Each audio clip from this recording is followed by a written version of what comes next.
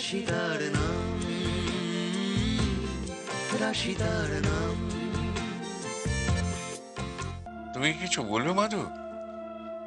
হ্যাঁ, একটা কথা বলার ছিল। তো বলো না, তো দ্বিধা করছো কেন? আমাদের রুজি হ্যাঁ, বিক্রমপুরের একটি মেয়েকে ভালোবেসে ফেলেছে। ওনাকে আবার ওকে বিয়েও করতে চায়। আর এই কথাটা আমাদের অর্ককে বলেছে। বৌমা আমাকে সব বললো। তাই বলে একটা গ্রামের মেয়েকে বিয়ে করতে হবে? এর কি কোনো যুক্তি আছে? একটা সম্পর্ক যখন গড়েই উঠেছে তখন সেটা বাধা দিয়ে লাভ আছে কি? ঠাকুরপো নেই বলেই তো ওর ছেলের পাশে আমাদের দাঁড়াতে হবে। তুমি উজির কথাটা একটুবার ভাবো।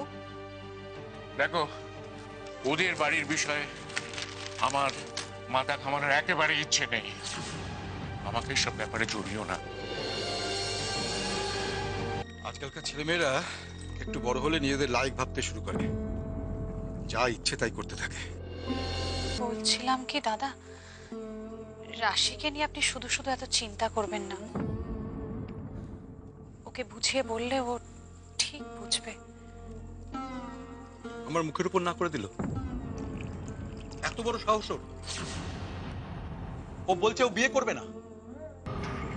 আসলে ছোটবেলা থেকে রাশির তো কিছু স্বপ্ন ছিল, বড় হয়ে নিজের পায়ে দাঁড়িয়ে চাকরি করবে।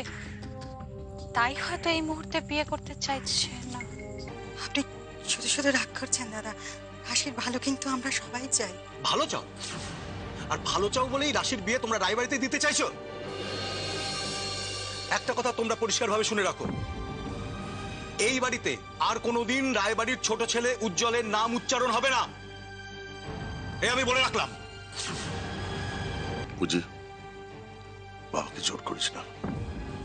সত্যি বলছি, আমাদের ইচ্ছে থাকলেও তোর বিয়েতে সাহায্য করার কোনো উপায় নেই। বেশ তো, পরে না হয় ঠান্ডা মাথায় এসব আলোচনা করা যাবে। কেন ওকে অযথা আশা দিচ্ছ মাধু?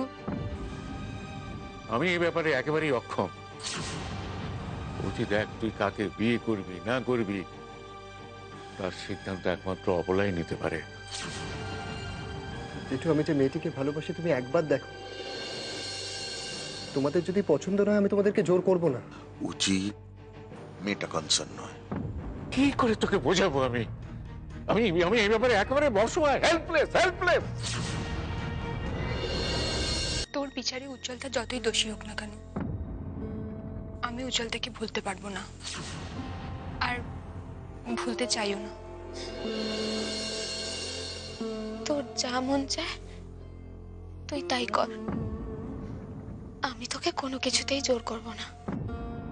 কি করে ভুলে যাই বলতো? আমাদের এই গ্রামের জন্য উজ্জ্বলতা কি না করেনি। উজ্জ্বলতা অপলা রায়ের ছেলে, এটাই ওর দোষ, তাই তো? ও তোকে ভালোবেসে এই গ্রামে কাটাতে চায়, এটাই ওর দোষ, তাই তো? চুপ কর ভুল, চুপ কর, প্লিজ চুপ কর। দোহাই তোর, আমি আর পারছি না, আমি আর পারছি না। হ্যাঁ, উজ্জ্বলকে মিথ্যেবাদী প্রমাণ করে ও নিজেই যেন অপরাধী হয়ে গেছে। কি হয়েছে রাশি? আসলে কি বলতো কাকিমা, উজ্জ্বলদা আর রাশি দুজন দুজনের খুব কাছের বন্ধু হয়ে গেছে। তাই হয়তো উজ্জ্বলদা চলে গেছে বলে রাশি ওকে ভুলতে পারছে না, ওর খুব কষ্ট হচ্ছে। জানো মা, রাশিটা যে কবে এত বড় হয়ে গেল আমি টেরই পেলাম না। শোন না, আমি একটা কথা বলছি। ও শ্বশুর বাড়িতে গিয়ে সবাইকে একবারে মাথায় করে নেবে। কার বিয়ের কথা বলছেন মা? আমার দিদি ভাইয়ের কথা। শোনো না, লতিকা তার নাতিকে নিয়ে আমার দিদি ভাইকে দেখতে আসছে। আমার মন বলছে ওখানেই আমার দিদি ভাইয়ের বিয়ে হবে। হ্যাঁ, তুমি দেখো জয়া, ওই ঘরে বিয়ে হলে আমাদের রাশি একদম রানী হয়ে থাকবে, আমার মন বলছে। ঠিক বলেছিস।